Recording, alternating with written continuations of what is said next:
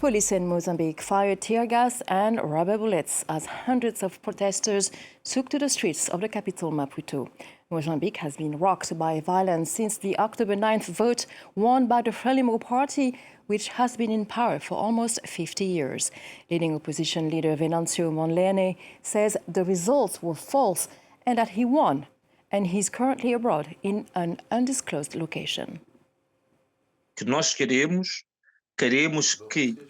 We want the will of the people that was expressed at the polls on October 9th to be restored, because it is more than clear that the elections were won by presidential candidate Venancio Mondlane and the party that ran in the legislative elections, which is Podemos. Frelimo has never won an election since 1994. It's been 30 years that Frelimo has remained in power on the basis of force. And Tom Canetti has more from Cape Town.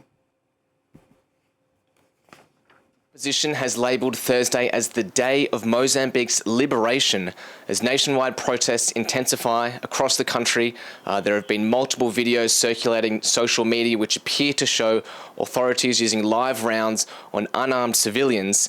The Centre for Democracy and Human Rights say that 24 people have been killed so far in these anti-government protests against the Frelimo party, stemming from frustration around alleged election fraud and the fact that Frelimo has dominated the country for the last 50 years, as well as using bullets and tear gas to repress protesters.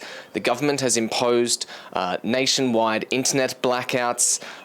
On top of that, there's been conflict erupting at the border with South Africa. South Africa actually closed its Ressano Garcia border on Wednesday after officials and civilians tried to flee from this political violence.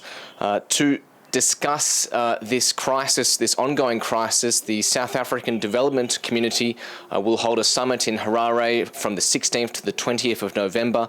But that summit will be chaired by Zimbabwe President Emmerson Mnangagwa, who controversially actually congratulated Daniel Chapo from the ruling Frelimo party for winning the election before the results were even released.